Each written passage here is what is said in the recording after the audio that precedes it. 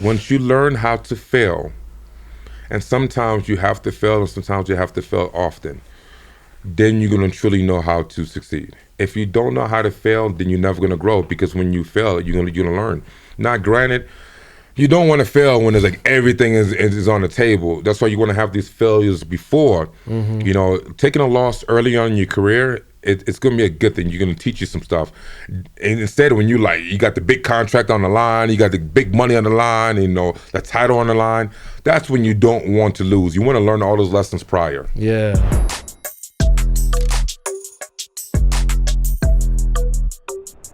Welcome everyone to another episode of the Robert Patton Global Podcast. I'm here with Gilbert and Elijah Smith, father and son duo. Gilbert was in the UFC, was on the Ultimate Fighter many times. Elijah is now back with the Colorado Combat Club, just coming out of Fury. And thank you for joining me. Yeah, for sure. Thanks for having us. Love it. So you were in Fury, and like now you're going back to the Colorado Combat Club. What's going on with that? So when I first got into Fury, we signed a 4-fight contract deal. Finished out that contract deal last September when I beat Demon's Chopper in the third round, rear naked. That finished out our contract. We were going to renew that contract, but I wanted to get a fight back in Colorado, just one more time. We hit up Colorado Combat Club. We hit up Sparta, all the promotions that were in Colorado, and Combat Club was the first ones to give us a chance, give us a fight, give us an opportunity, and we took it.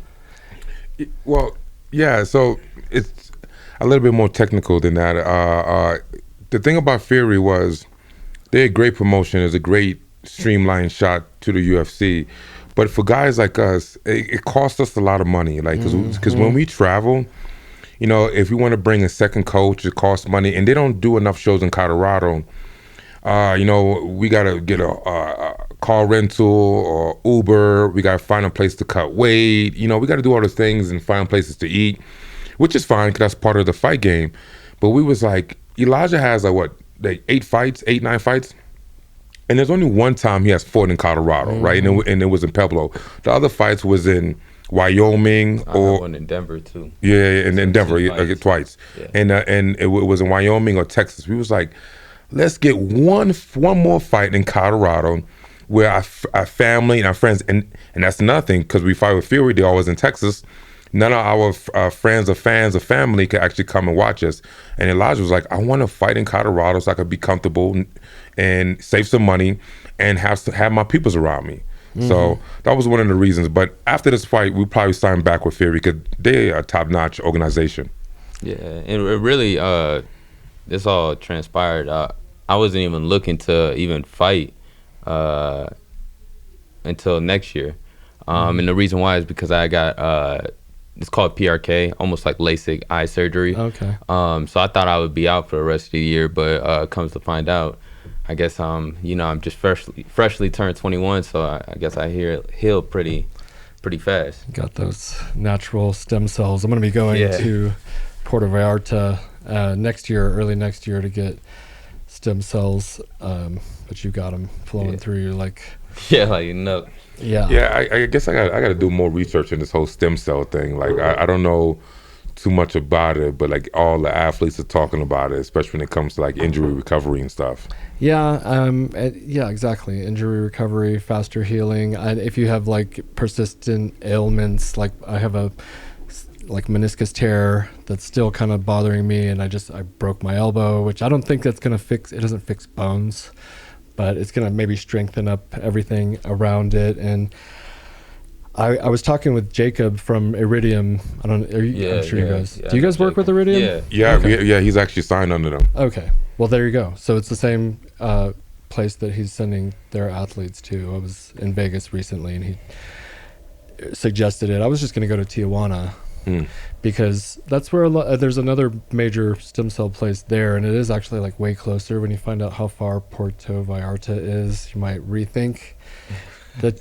It's like a 8-hour flight and there are no direct flights, but I'm still going to go because I've already kind of been talking to the doctor there, and we have a treatment plan. And I also want to do it for like the anti kind of aging, kind of just slow down preserve. the aging process. Yeah. So wait, so is stem cells? And once again, I'm not educated on this. Is stem cells like illegal in the United States for everybody's going outside the United States? You can do them in the United States, but you can't do them at the level of quantity that is going to just really make a huge difference. They limit how many stem cells can be administered in the United States, and if you want to just get like the ultra blast, you got to go outside of the country. Got it. You know how the United States is. Yeah. I just be worried, man. Like, you Yeah. know, you hear a lot of like, especially people do like elective surgeries and they go outside of the United States, and sometimes you hear some scary stories. But I'm assuming you go into reputable companies that have had a long-standing history of doing, you know, some good work. This guy's from Denver, and he just had to set up shop down there because of all the regulations. So that helps with and just getting a proper recommendation. I feel like fighters need it the most, and if they're benefiting from it, then I could probably benefit from it because you guys push yourself to the limit. Yeah, every fight, really, every fight you're pushing the limit, and if you don't, then you're not really fighting. I know. I've been training like once or twice a week. I have this kid coming in he's like a local kid, and I'm teaching him how to box. A lot of the stuff you taught me, just like basic 1, 2, 3s and jab, you know, the different combos. And then we'll do 30 minutes of boxing and 30 minutes of jiu-jitsu. And I am like spent just from the training, you know, let alone like an actual fight, I imagine. Yeah, I mean, the thing is obviously not the fight that's like the worst part of it. I mean, some fights are more worse than others, but it is the training, you know, the consistent hours on top of hours. In fact, like, you know, what I've been trying to do with my guys is like last week was a freaking hard week. I tried to lighten the load for some of my fights because we got a largest fight and we also got 2 more guys on the card. So this week I try to make it a little bit lighter by like eliminating an extra hour of training.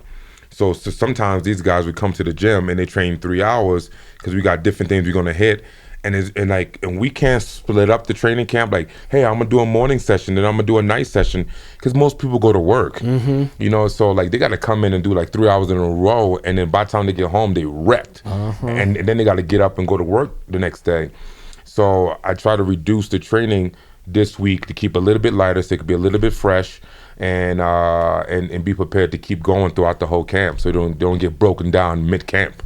Yeah, I get broken down like after one session. I was gonna have another session today, and I was like, we'll just call it off because being older, it wears on you a little bit more. But you're like working, you're a father, you're training, a professional fighter. How are you balancing all of that? You just do it. Yeah, you just do it. I mean, yeah, I mean, there's no secret sauce. No excuses. You just find time and you just do it.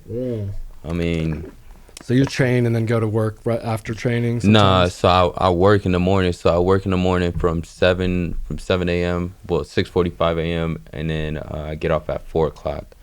And then as soon as I get off of work, depending on I'm either at the gym around 4:45 on some days, or I'm there at the gym by like 5:30, and I'm there till 5:30 till 8:30, however long training session goes, and then go home, take a shower, eat, sleep, do it all again the next day.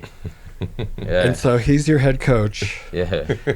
You think he goes easy on you, or push you too hard, or how's that going? Nah, he doesn't take it easy. Like there be days I'm like, man, like I'm done. Like that's it. Like he'll tell me done. Like, especially like putting on the gi. I'm like, nah, I don't feel like it. Or like we'll do like our boxing class and our MMA pro training session, which would be at like 5 or something like that. And then we'll have a kickboxing class. So I'm like, yo, like I'm spent. I'm done. I'm ready to head out. Yeah. And then Yeah, go ahead. You. Yeah, and then he's like, man, so and so wouldn't be your opponent wouldn't be doing this. I'm like, all right. Sometimes he gets me, but sometimes I'm like, no, I'm done. Listening to your body. Yeah, I'm done. Yeah. I'm done. Yeah. Yeah, I'm Elijah is definitely my hardest student, and not because he's not the hardest worker, because Elijah's a hard worker, but mostly because he's my son. So sometimes he talks back more than he should. You know, if I wasn't Elijah's coach, he wouldn't talk back to me. But because we got that father-son bond, and like he wants to argue back sometimes, and it's super annoying. And you know, if I was someone else, he wouldn't. In fact, we would get into an argument. I would tell Elijah something, he want to argue back. I have another fighter or another coach say the same thing I said, and Elijah be like, "Yeah, you're right. I'm like, "What the hell?" It's an interesting dynamic. But also, I would say that I am like a drill sergeant. I'm a hard charger. I don't resting is great, and I think you need it. And I'm trying to learn to like respect that more, because in my eyes, I don't rest. I work. You know, like, you know me, hard work, dedication, and but I'm trying to learn to pull back the reins a little bit and get these guys more time to rest and recover. And that's one area of coaching that I'm trying to get better at. Yeah, I feel like that's overlooked, and you can come back stronger after a couple days, maybe. You know. Yeah, I don't know about a couple days. Maybe not a couple. Maybe not. It'd be for like me, like a rest day would be like or taking rest would be like a Sunday. Yeah. That's about it. But even so, like if we're having like a lighter week, I probably won't do I'll do 2 classes instead of 3. Yeah. So that'd be like, and then substituting that third class would be with like some type of strength and conditioning, something like that, instead of doing the class. Yeah, like I will tell them, man, like, okay, guys, let's say for instance, yesterday, which was Thursday, that was our pad work day. That I hold pads for all the fighters, and then we just do some gi work, which is just grappling, and afterwards at 8, we do kickboxing. So we do pad work, gi, and then kickboxing. Well, I was like, okay, since we did the pad work and I work with everybody individually, let's not do the kickboxing class. You could go home, you could rest, you know, just do some core conditioning and your neck exercises, and then you go home. Now the non-fighters who don't do the one-on-one pad work, because I don't do it for everybody, just particularly the fighters, I'm gonna make them do the general kickboxing class. So sometimes I kind of play with that to see what these guys need, and I try to push them over the edge. But it's difficult because people's schedules are different. People need different things, and to me it's like, I don't know. Like I said, I just love working, man. I love training. I love working, but I do gotta respect that people need like some time off. I mean, I don't know if it's a generational thing. Do you feel like there's a generational thing happening? Yeah. I think this generation is a little soft. Yeah, I don't know. And prima donnas, man, they like everybody want things given to them. No one want to work for something. Like, here's the thing.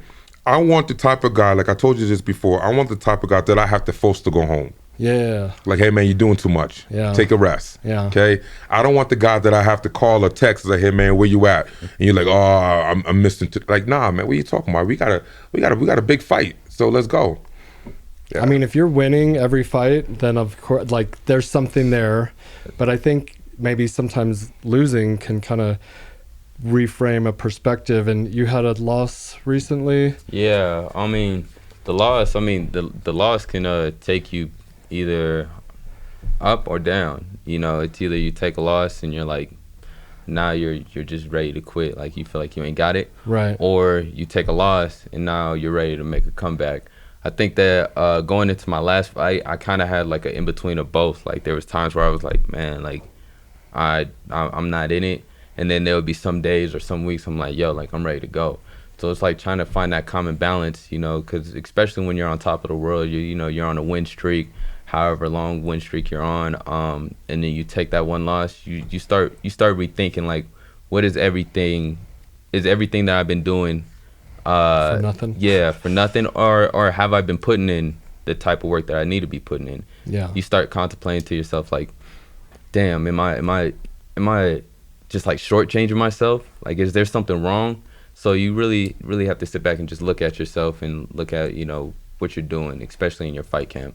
Yeah, like be honest with yourself. Yeah, evaluate really be yourself. honest with yourself. Like, are you really putting in the type of work that you need to be doing, especially after a loss? I mean, he would know. He's been there. Yeah, so I think after a loss, you do go through some mental battles. You really face some demons. On one side, you really start beating yourself up and feeling like you ain't that guy anymore. But at the end of the day, it's a fight. It's two people stepping into the cage. One person is going to lose. And the thing about MMA is so many ways to lose that one small mistake can cost you. You have to look at the bigger picture. Like, where were you at in that fight? Like, your real skills. And then evaluate. Because if you was getting blown out the water, let's say you trained your butt off, and then you got blown out the water, then you could probably kind of sit back and think, like, is this really for me? But if you was competitive, you just need to tweak a couple things, then that's fine. Like, that's part of the game. No one wants to lose. But the thing about MMA that I love MMA so much instead of boxing is that you can take a loss and still come back. I've literally beaten guys that made it to the UFC and had a better career than I did. And I think back, like, I beat that guy. Yeah. You know what I'm saying? So it is about how you take the loss. Yeah, and some like the any given Sunday, how you show up that day. Did you get a good sleep? Did Yeah. you like arguing with your girlfriend or baby keep Sometimes you it's up? just not meant to be. Well, Yeah. and the truth is, like, the secret ingredient to success is failure. Failure way to the top. Yeah.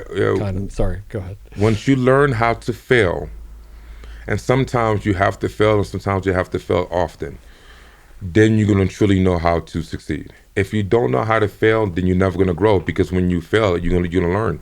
Now, granted, you don't want to fail when there's like everything is on the table. That's why you want to have these failures before. Taking a loss early on in your career, it's going to be a good thing. You're going to teach you some stuff. And instead, when you got the big contract on the line, you got the big money on the line, the title on the line, that's when you don't want to lose. You want to learn all those lessons prior. Yeah, exactly, and learn what not to do.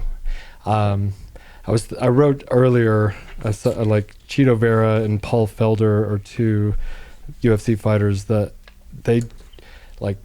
Paul Felder does triathlons and Cheeto runs like 13 miles a day, and granted they have the time and whatever to do that. You have to work, but I don't know. I feel. Do you do any like what do you do extra aside from the training to like stay at tip-top shape? Man, I just really I take my time with this. I think like I said, after the loss, I really had some time to really just take with the fight career. Really on my off days, it's all about recovery. There's some guys who go out there and run 13 miles or do triathlons and stuff like that. Me, I think if I really want to be the best MMA fighter, is staying in the gym. And we get everything right there. We have our strength and conditioning classes.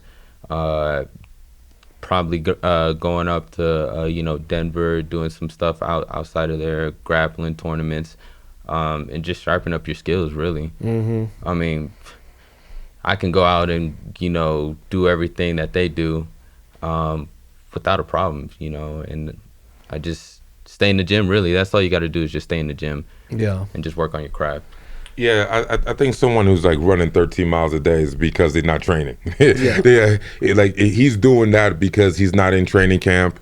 Same with Felder. I know he was doing them after he retired. Yeah. And I'm gonna be honest. I've never been a big runner. Yeah. I've never been a big runner, so 13 miles, it would destroy your body. You're not gonna be able to train doing that.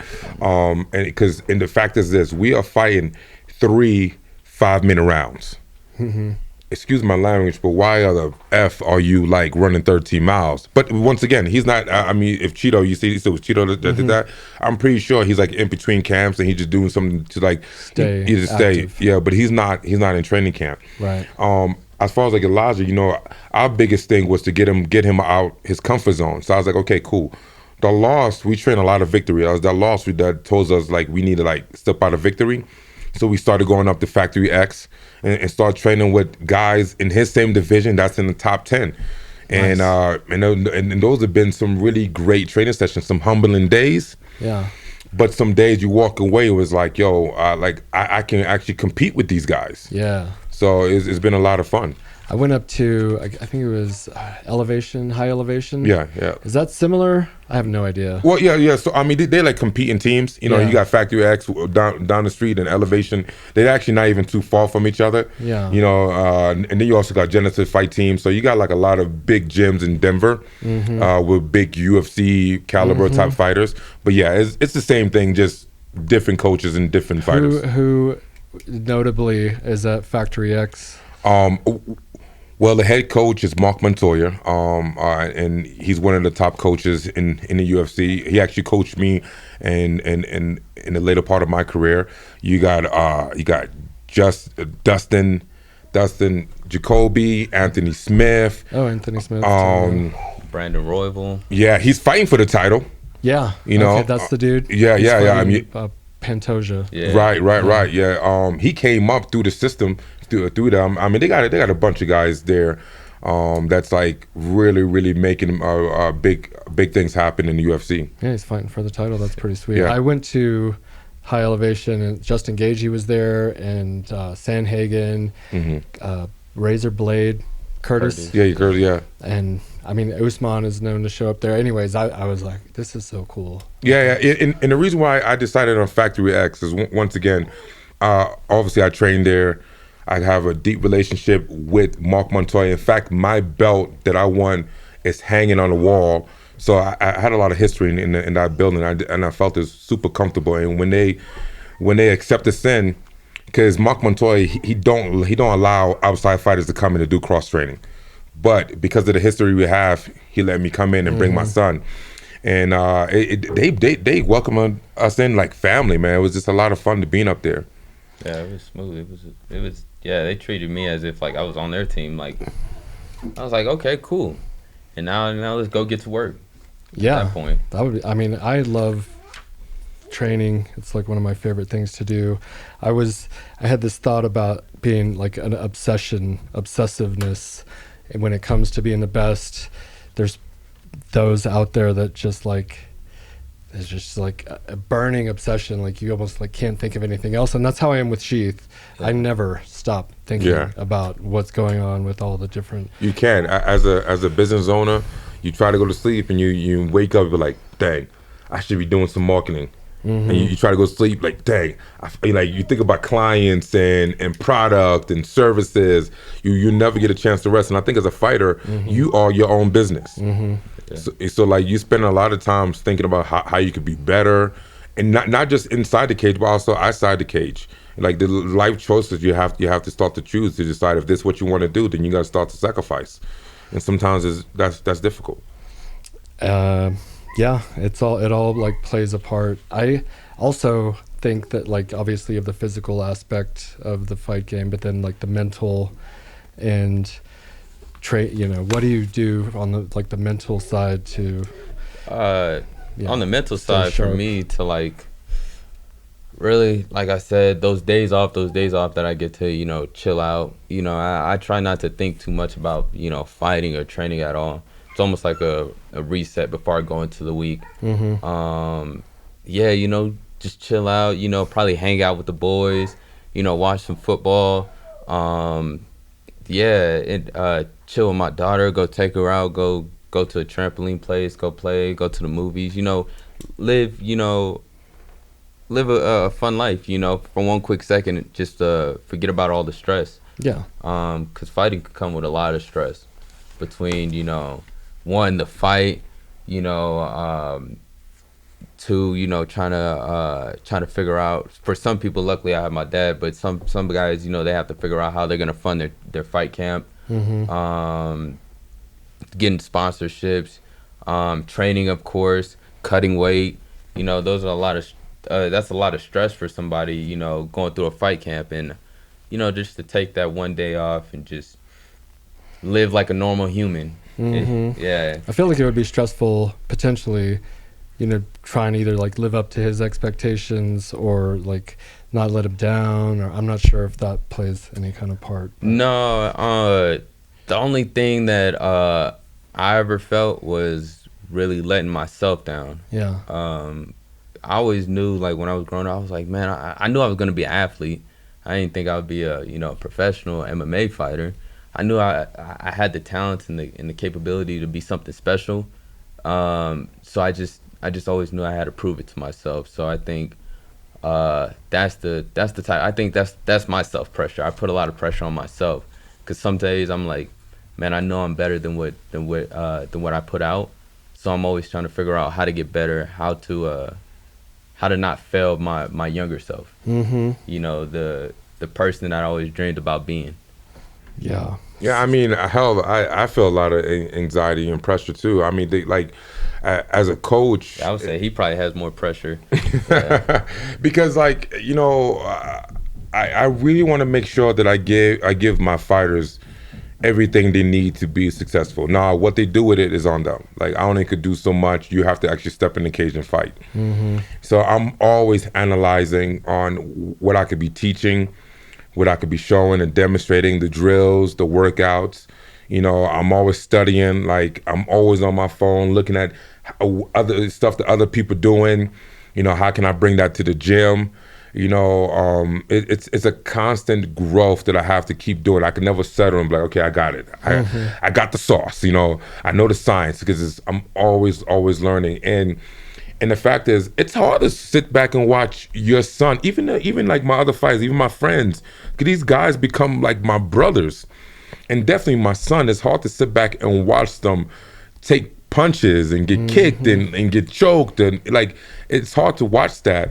And I have to not only watch it, I have to like be they rock.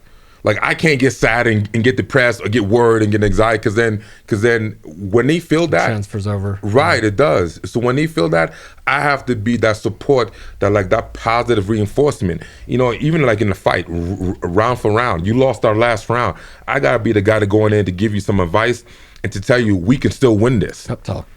Although I could be thinking back in my head like, damn, we just got our ass whooped. And so it's a tough game, man. Even just coaching, it ain't over till it's over. Yeah. I had a couple of things there, but I want to suggest like meditation, like on your days off. I don't know if you've ever tried it, but it's more of like, I guess, something older people do, I think, and because like younger people are like, I can't be sitting still like this, but with like you go, it's kind of like sleeping, I guess, but you just like dip yourself into the depth of rest, like you get like this super deep rest that energizes you when you come out of the meditation, and it brings like mental clarity and physical like and all recovery. That good, recovery. I've actually never really got into meditation either, honestly. That's just a hard thing for me, man. It's a hard thing for me to sit there and just like. I think me is just the fact that I'm a overthinker. Yeah. So I sit there, and if I sit there too long and it gets too quiet, I start thinking like a million different things. Well, that's the point of doing the meditation, to stop the thoughts. And I'm like, man, hold on, time out. I can't. I feel like there's a lot of voices in my head that start to talk. But I mean, I think that just takes practice on meditation. Like, you can't just do it one time. You got to keep doing it. Yeah, and like you have a coach for fighting. I have a meditation coach, and it sounds. And you only go like once or twice ever in your life, probably, or a few times. But I find it, as a business owner, and I'm always like physically active and pushing myself to the limit in a lot of ways. I need it, and when So let's talk about that, right? Because I remember one year you came and worked out with us. It was a New Year's workout, and I went around the gym and I asked everybody, "What is your New Year's resolution?" And I remember you saying, like, it was to run $1 million company, and you seem to be doing that. Definitely. What is something like as someone who took a company from just a thought and an idea and to making $1 million company, which is tremendous. Like, what is something a motto that you live by to help you to get to that point? I mean, it starts with a vision, and then like a no, like there's no excuses, there's no quitting. Once you quit, it's over. You need it. You have Better to, yet, have you taken a loss? yeah. When you run into obstacles, like you were saying, when you lost, that's a pivotal moment, and a lot of people quit at that moment. I've lost when it comes to like manufacturing. I've lost when it comes to sponsorship deals. Sometimes we'll sponsor a podcast that costs, like $20,000 or something, and then you just lose $20,000. basically. You might make like Yeah. 3 or 5 or something, but and I take those a lot, actually, unfortunately. But you learn and you move on and you pivot, and sometimes you get lucky. We had this one guy where we paid him the $20,000 and we made $120,000. Those are the ones you want. Those are like unicorns, though. Right. Yeah, of course. Yeah. And we just started working with the UFC, and that's been like a huge dream of mine. I got Dana White and Joe Rogan and all these fighters on all my vision boards, like all of them. Like not all my vision boards have fighters, not all the fighters. Yeah. But so we're there, and is it gonna be this unicorn ROI? It's hard. It's tough to tell because it's like a NASCAR, right now, where there's so many sponsors with the UFC that you really have to take it upon yourself to utilize that relationship, which we are doing everything we can to promote that we're working with them, because maybe nobody saw our little banner on the bumper, but we're putting it all over our website, all over Instagram, and all the social medias and stuff, and it's definitely, and I want to keep it. So we're still in an evaluation. Have you ever period. thought like getting to the point, like how like The Rock is like they has all their shoes and stuff? Yeah. Be like people that like that be like there's UFC fighter's signature. Actually, have you ever thought about making fight shorts? Have I thought about it? Yeah, we have. Yeah, we make some. Kel has made us some. Yeah. But those aren't I think what he's saying is more of a signature underwear for a fighter. Like this is, because you kind of did it with Cowboy, the BMF. When like, because obviously the UFC has like signature T-shirts. Like I think one of the most famous signature T-shirt was the freaking Korean Zombie. Oh, really? I think everybody had one of those shirts. Okay. I think it's definitely probably one of the most popular signature T-shirts. So you take like a fighter in whatever brand or logo, and you just put it on the underwear, and they have all these fans and whatnot just wear their underwear, which would be interesting. That's actually the goal, because every fighter weighs in their underwear. But right now, the UFC has Venom as their major sponsor. Yeah. So but our foot is in the door, and we just want to try to like maintain. What's that? Inch by inch. Yeah, just slowly, exactly. Slowly. Yeah, you're not going to compete with the Venom part of it, but I'm talking about like not having the fighters weighed at the weigh-ins, because they're just not going to allow that. Not right now. But like obviously fighters promote it on their own platforms, and it because I actually talked to Elijah about this, like because we do have like sponsors, and I was like, what would be dope is to have a signature, like say SHEATH T-shirt, but signature Swift or Shakota Bag T-shirt, now with a bunch of other logos, but like that's it. Yeah, we've done that. I mean, obviously with Cerrone, we did it with Riff Raff, this guy Michael Malice. So we did it was called the Iceberg Pair last year, and like 25% of the proceeds went to men's mental health awareness, and actually it was 50%. Anyways, so that dude, he's a friend of yours. He has this dog company. I don't know if he's a friend of yours actually, but I think you guys know each other. Is he a black guy? Yeah.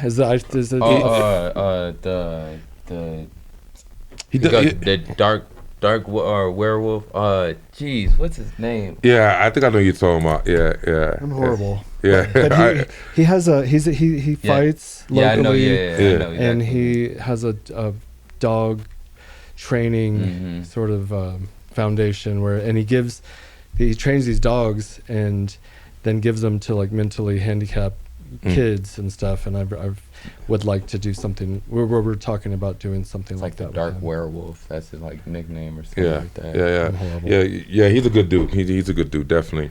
Yeah. I think that's the biggest thing when it comes to fighting, because like unfortunately for most fighters, they're not going to reach a pinnacle where they could like retire off of it. Yeah. So you have to be able to create other ways to make money off your experience. Some people like myself open up a gym. Maybe you could open up a business. With the logos and stuff like that. Like for instance, Dustin Poirier, he got his hot sauce. Obviously we got someone like Conor McGregor. He did the whiskey, the Proper 12. Yeah. You take like from what you do in your fight career, build your fan base. And then use that to market products and services that you could live off of. Podcasts, a lot of fighters. Every fighter has a podcast now. But it's where we going is what you have to do to supplement. Even active fighters have podcasts, right? To supplement the money that you are not making while you're not fighting, because you can't fight every day. Right. Yeah, and it can it's like segue you out of fighting into another career, and it's I feel like it just builds the communication. Kind of like that one guy that Keith Lee. He's been going viral. He used to, like I said, he used to fight in Bellator, but now he's the guy that does all those food review stuff. Yeah. And he's been going crazy viral off of that. Made that into really his new way to make money. Yeah, my boy Basil. You guys know Basil, the Habibi Hafez. Yeah. He's a really good cook, and he's a really like personable type of a dude, charismatic and everything. Right. And I was like, you should do like a YouTube cooking channel. Yeah. I mean, if you want to. He was the one that was talking about it. So, if whatever kind of like inspires you, you could parlay this career and the notoriety you gain into that type of exit. Yeah, I mean, you have to, because Yeah. at the end of the day, once again, as a fighter, your fight career are typically relatively short, and unless you into like teaching or coaching, or you just like, I don't want to do nothing with fighting. Like Brian Stan, if you remember him, the All-American or Captain America, I can't remember his name, but anyways, he went into real estate, so he's like totally went away from fighting. Yeah. and I would assume he's doing really good with it. Yeah, real estate. There's some New Jersey dude. He fought Khabib Nurmagomedov. And I actually didn't did talk really about well. freaking Alaquenta. Yeah. Yeah, well, he's actually from New York. Okay. Yeah, New York guy. Jersey, New York, it's all the same. Some people may argue with that. I'm just joking. That was a little dig. Yeah. But I tell you, when we talk about this fight camp, and we talk about our opponent that we have, because we have a very good opponent. His name is Robert. He was in Power Slap, which is a crazy. Oh no! Yeah. He actually did really well in Power Slap. He actually got a couple knockouts. Wow! In Power Slap. So you don't have to be ducking. Yeah. No. They did Power Slap. Yeah. The thing about Power Slap, I'm not a fan of it. I'm not either. You Right. can't defend yourself. I'm like, that's just. What kind of training do you do for it? Yeah, Hit me. right. It's a crazy thing, but you know what? Good for him. Good for him. The fact that he's been able to make some extra money and do well with it, I applaud him, because I think he did really well. I think he got maybe a fight bonus with it too. So, but now he's back into really fighting, and he's fighting one of the toughest guys in his career. So, it's going to be interesting. How are you feeling about that? Me, I mean, I love this matchup. I'm looking forward to it. Not only because the guy who I'm fighting, he's somewhat, I guess you could say, he somewhat has a name behind him, but also to be fighting back in Colorado in front of my friends and family and fans. It's a big one. Also, this is my first main event. Never been a main event. Okay. Scrap the title fight. Scrap the title. Just being the main event. Like that's when I know that I'm slowly creeping into like where I'm supposed to be. But yeah, this fight, it's I think, in my opinion, he isn't my biggest fight. Yeah. But the toughest fight. opponent. Yeah. Toughest fight. Not even that, and also like my biggest fight in my fight. I think when I fought Junior Cortez, that was, and the reason why I say that is just because I feel like after fighting Junior Cortez, what happened? He got another call to the UFC to fight on the Dana White Contender Series. Yeah. After me, and I was only 2-0.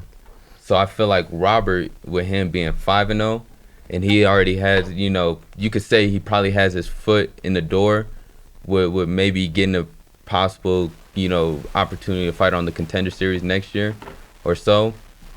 I feel like I'm his biggest fight. Yeah. And I really am. If you look at all the guys that he's fought, I am his biggest fight. So there's a lot of pressure. I feel like there's more pressure on him than there is on me. But I'm going into this fight thinking like I'm fighting a world champ. Yeah. I mean, you got to. You got to believe that this guy is coming with his best. Mm-hmm. Because I hope he comes with his best. Well, I mean, I hope he doesn't come with his best.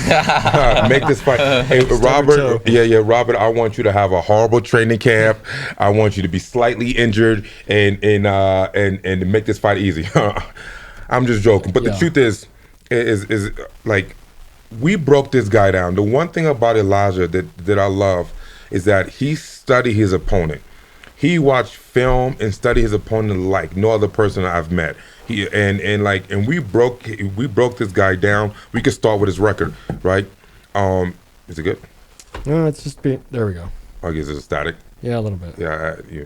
But like if we start with his record, we looked at the guys that he fought and how he fought them. We look at all the fights. We also look at the guys that he fought, the guys that they fought. Mm-hmm. Like we went above and beyond to see exactly where Robert is at as far as technicality, strength, skill set, endurance, everything. And we really honestly believe that he's not going to be ready for someone like Elijah because he hasn't fought someone like Elijah. We have fought someone better than him. Mm-hmm. Multiple guys. Because you can make the argument Kristen Strong was better than him, Junior Cortez was better than him. In fact, just by on paper, Elijah is actually the only guy that this guy has fought with a winning record. He's 5-0. So you'll think, man, 5-0, 5 wins. His last guy, his record was 3-8. The guy before that was 3-3. The guy before that was 1-6. The guy before that, I think it was 0-1 or 1-0, and the guy before that was a debut guy. So he has never fought someone as a professional with a positive record. Okay, you got to think he's 31 years old too. Yeah, and this is his shot. Yeah, and this is his first fight back he hasn't fought in a year. Yeah, Could be doing power slap. I know. Yeah. So it's like, how hard have you been training within this last year? Because I've been consistent. Yeah, I haven't stopped since I started. So I hope, like I said, I hope he's taking me serious. I mean, I'm like, you got to. Yeah, I'm pretty sure. Like, I've met Robert. He's a local guy, and I know he's gonna have a lot of fans. I mean, he's probably gonna sell the place out because he's a little bit bigger. I mean, he is bigger than Elijah because he's been winning power slap. He's older. He's been here in Colorado longer. But the fact is that he's fighting a different type of animal, and the team that we have going and the strategy we have for him, like he's not gonna be ready for it. And I also know the guys that he's training with, and I give them a lot of respect. That's why we training so hard. Because I tell you one thing about Robert, he's a tough dude. You can say whatever you want to say about his skill set when it comes to like the people he's fought and how he fought. Because like we wasn't too impressed with his skills that he showed in fights, but we know that he's a tough dude and he's not gonna stop. So we're gonna have to put this guy out, and that's our plan. I was thinking a few minutes ago, also like when it comes to technique these days, I'm noticing striking seems to be, for the most part, you could probably counter this argument, but a lot of people are just striking now. Like I'm thinking of Pereira and Yeah. Izzy and like even Usman. He was a wrestler, but he's just striking. And so, well, like as a coach, what do you think is the more like needs to be more focused on these days? I mean, honestly, we do it all. Yeah. Like I even make my son put on a gi. Yeah. And people can make the arguments like, oh, gi jiu-jitsu doesn't really help MMA. And, you know, you can go back and forth on it. I really don't care. We do it all. I am a traditionalist, hard wrestler, love boxing, jiu-jitsu. We do it all. You know, I'm not leaving nothing unturned. I'm going to make sure he is mentally, physically, emotionally ready. Not just him, but also my other fighters. So I don't want him to be so surprised with anything. You know, we can go into this fight fully prepared because I know at the end of the day, Elijah is like, he's a talent that I believe can really go to the top. And he's my son. So of course I say that. But I seen Elijah with other guys. I seen him with other fighters. And I look at him like, man, the speed, the athleticism, just the way he creates stuff and make stuff happen. And I'll be like, yo, I didn't see that happen, but damn, he made it happen. Okay, and like I just believe he's gonna be that guy. Now it's on him if he want it. Yeah, it's on him if he want it. But I believe he has the talent, and I'm just gonna help him. Yeah, I just thought of Sean Strickland for some reason, and just like he's always sparring and just, you know, that thousands of hours of fighting. Yeah, he's a special case. I won't highly recommend that. But like Elijah made a point earlier. He said he was talking about Robert doing power slap. Like Robert's been killing it on power slap. I know he made some good money. So he's going out there. He do a couple 3 slaps. He wins. Yeah, yeah. In the last year, like I know he hasn't been taking MMA serious. Now he signed a contract to fight Elijah. He's taking it serious. But homeboy, it's too late. Yeah, it's too late. Elijah's been fighting. He fought in March, he fought in September, and now December, and he's been training the whole time. Between that, we've been going to different camps, training with top-level guys. Between that, we've done a few grappling tournaments, and between that, we've been working our ass off in the gym. So I just know, going to this fight, we're ready. And is the ultimate goal the UFC? Yeah, the ultimate goal is there. Yeah. I guess that's a silly question. The ultimate goal, is the UFC, but the ultimate goal is, you know, to make the most money that I can out of this, and then become a full-time. I want to become a full-time fighter, you know, or a coach, you know, a full-time coach. You know, take over the gym, and you know, when the time comes, or just help out. You know, I really want to invest my time in this. You know, and it's so good. Yeah, because I mean. Like when my dad said, you know, the fight game it's a short period of time. So it's like we're here now, but I also gotta, you know, think about like what will be next, you know. But obviously we gotta get to where we want to be at first. Yeah, you got a long way to go. Exactly. Yeah, and it's cool because like he's so young. Yes. You know, he just turned 21 September 5th. Yeah. So he has a lot of room to grow. Like he even asked me, you know, what about me taking a year off and just like training? I mean, I understand that thought. You know, like I think it's something different compared to like Robert taking a year off doing power slap when you already close to your 30s. I think Rob was like 31. Yeah. So taking a year off for you is not good. Yeah. Elijah could probably take a year off and grow. So, you know, we kind of tossed around that idea so we don't push him too fast and let him mature into his body. That's true. Because he's still physically growing. He haven't come close to reaching his peak. But I'm a firm believer, like, man, if you can fight and make money now, let's fight and make money now and keep growing our career. But we're going to get past this fight, and then we're going to win this title. And then we're going to make our decision on where we're going to go with it and see what opportunities we have. That'd be cool if you got on the Ultimate Fighter. Man, I actually, to be honest, I actually would not want to do the Ultimate Fighter. Yeah. The reason why is because cutting to 135, that is like, yeah, it's not something I want to. I want to, you know, have to keep doing, you know, for he's a big 135er. 6 So weeks. you'd rather do like the Contender? Yeah, Contender Series. That shout out to Dana White for that, because that's a big thing.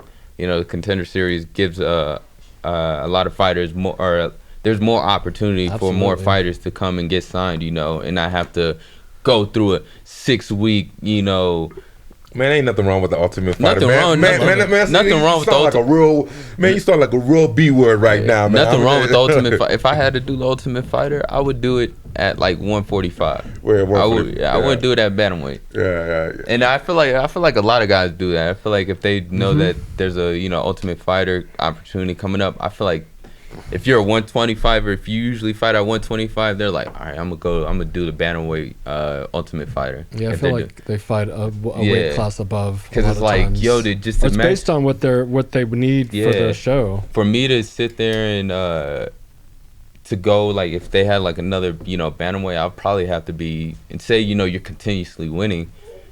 You'll win a fight. You'll weigh in, right?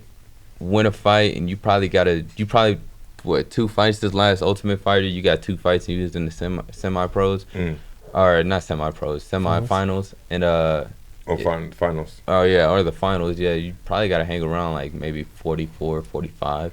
Yeah, so when it comes to the Ultimate Fighter, the way it's been going, they've been doing like 2 weight classes. So basically, you will end up doing, to get to the finals, you end up doing 3 fights. And that's 3 weight cuts. Yeah. In 6 weeks or what? Yeah. The Ultimate Fighter, they do it about 6.5 weeks. I mean, I guess I don't know what a weight cut would entail, but I'll be like, I'll fucking do that shit. Not me. Yeah. If that's what if this is your ultimate, ambition. That's why I said I would have to do it at 45, because you gotta. I mean, sometimes cutting that much weight. Not sometimes cutting that much weight and back to back, that can mess you up in a fight. Yeah. Not just physically, or not just mentally, but physically when you go into a fight. Of course. Yeah, but also how drained. I think it's tougher now than it was back in my day. Because now, like, I don't think these guys could go 6 weeks without their phone. When I went on, like, your phone really wasn't that important, especially like the first season. Nowadays, people like live on their phone, and like so much is happening around the world, and this instant gratification. Like when you in the Ultimate Fighter house, you gotta understand, you like in jail, the worst type of jail, right? I mean, besides getting the best type of jail, I think. You in a $1 million mansion. Yeah, you're not getting gang raped in the bathroom or anything like that. But however, you don't have a TV, you don't have a radio, you don't got a phone, you can't call home. And you are really locked away from the world, and like most people just ain't ready for that. So like me, like I was in the army, so I was like, okay, I've been deployed, I know how that feels. It could be tough, and I'm emotional. People break there a lot. People break there. Yeah, I felt it. I've seen people quit just they couldn't handle like. Yeah. The one dude quit, went home because his girlfriend was going to leave him. Yeah.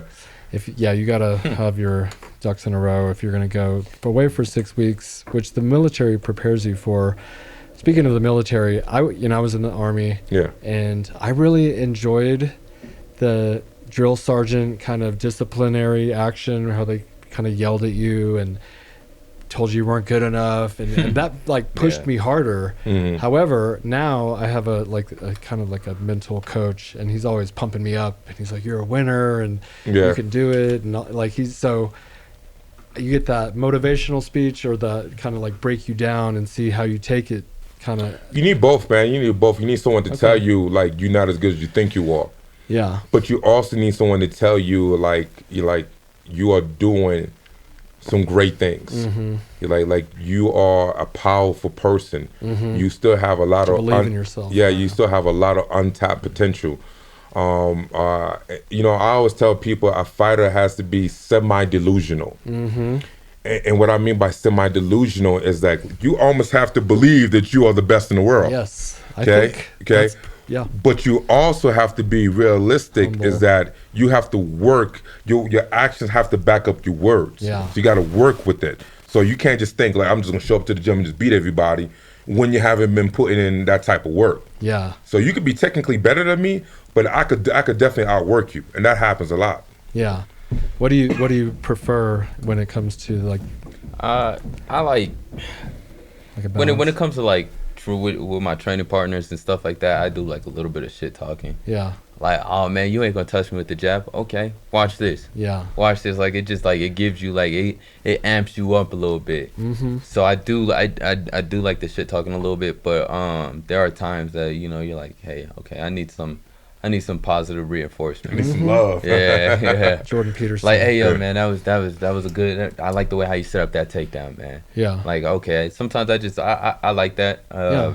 But I feel like I do thrive better when somebody is like, when we're going back and forth, like when I know it's like we're getting real, because Yeah. then it just brings out that competitiveness I love that. out of me, and I'm like, okay, let's go. You wanna show me you're the best, and show me.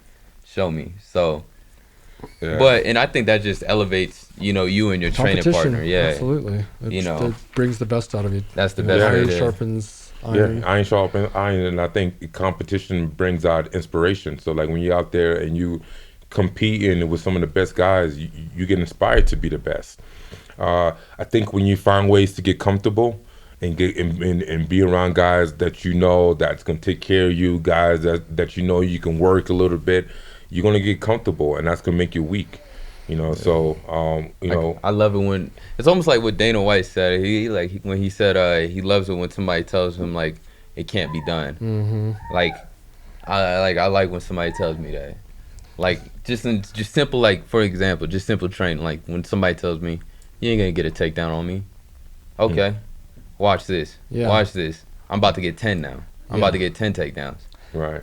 Or I even tell myself, or I tell my trainer, I'm like, you're not gonna get a takedown on me. And that makes them go even harder because they're like, what? Oh, for real? Watch this. And it's just that competitiveness. Like, if you don't have that dog in you, then what are we even here for? Yeah. What are we even here for?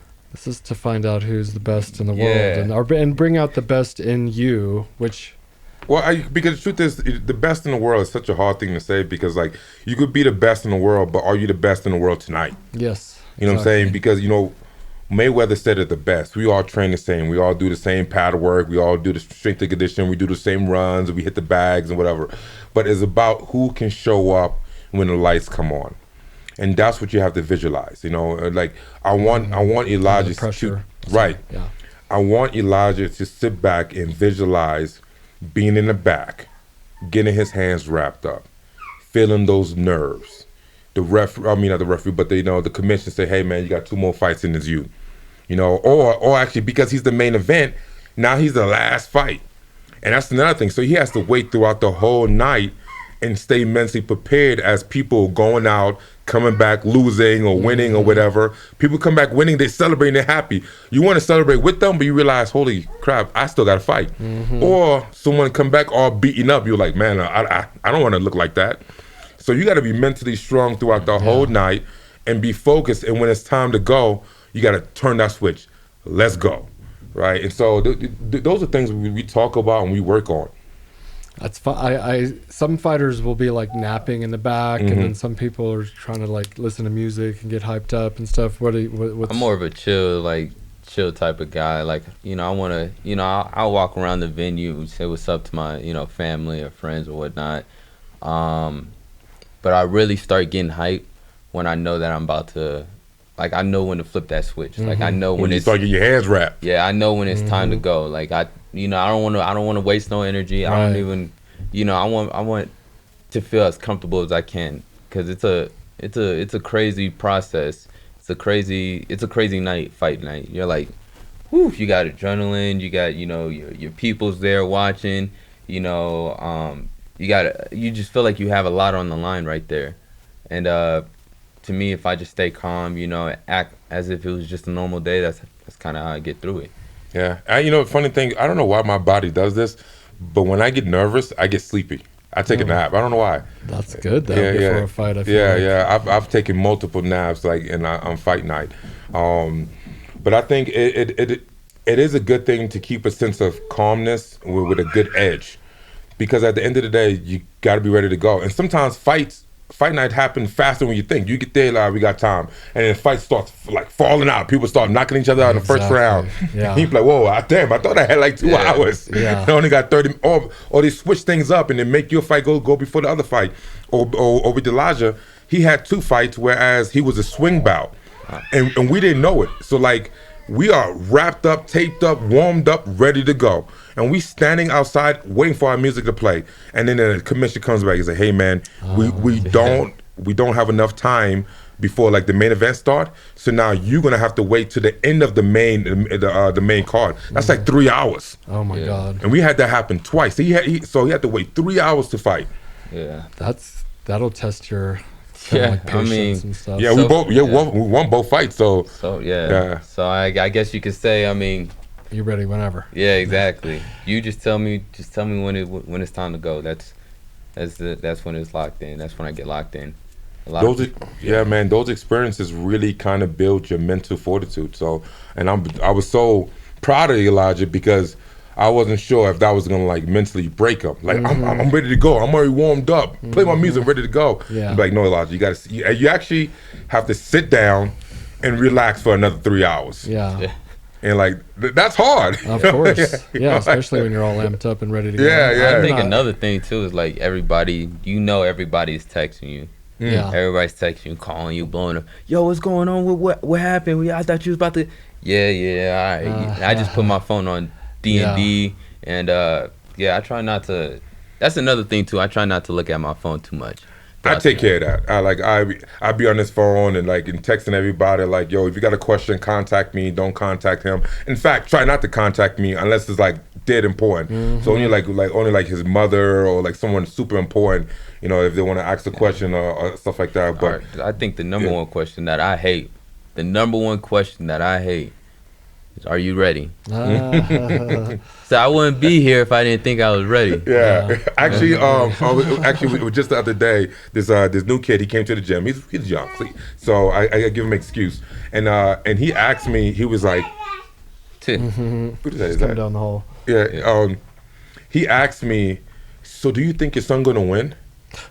He asked that? Yeah, he asked me that. He asked me that. I didn't know that. I was like, nah, bro. I actually think my son will go in there and Oh get his my ass God. whipped. That's Yeah. crazy. I just laughed at it, but he was like, "Yeah, I'm sorry, man. I'm kind of dumb." He was like 14. He was like, "Yeah, whatever." Yeah. I have like two more things here. Yeah. First, I do want to say that I thought like the visualization of like the whole event from start to end with your hand getting raised at the end of the fight, I feel like is important. A lot of champions do that, whether it works or not. Seems like it works, but It not definitely every works. time. You have to. Yeah. So highly recommend that. And secondly, do you ever play that UFC game?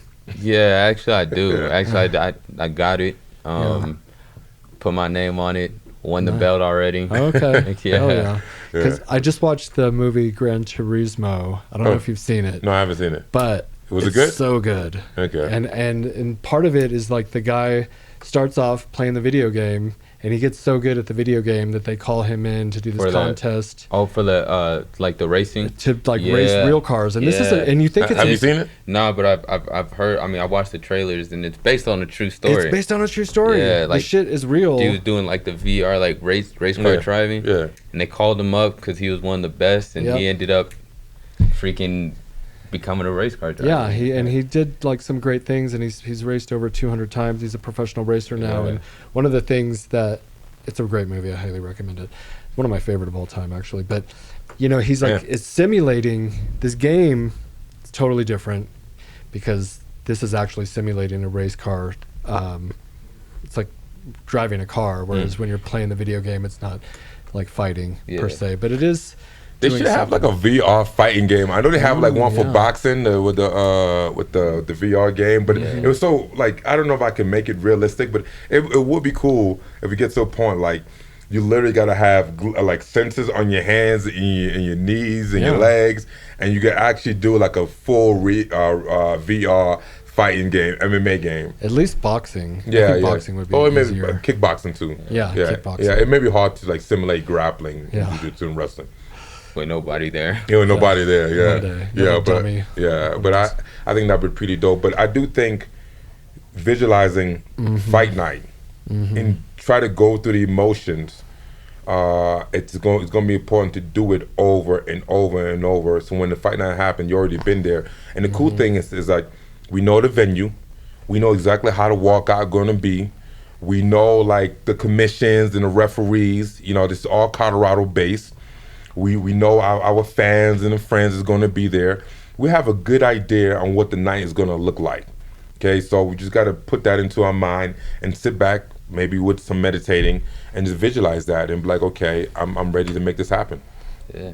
Yeah, I think That's real. it is real. I mean, I feel like I visualize this from happening, but you could write it down, you can draw it out, and then visualize it. I mean, the universe is so crazy because I feel like, how the fuck did I make this company? Like, is this doesn't even seem real sometimes. I think if the friends that I grew up with and all this stuff we got into and where they're at now and where I'm at now, I'm like, what did I do different? And I was playing with the universe. I feel like when it came to, I read these books and watched these movies about visualizing and manifesting, and it's all woo woo, but I there's think something about to that. it. Yeah, I think about that a lot. It's like, damn, like I look back, I'm like, how did I get to this point? Like my life, like, I mean, we could all say it.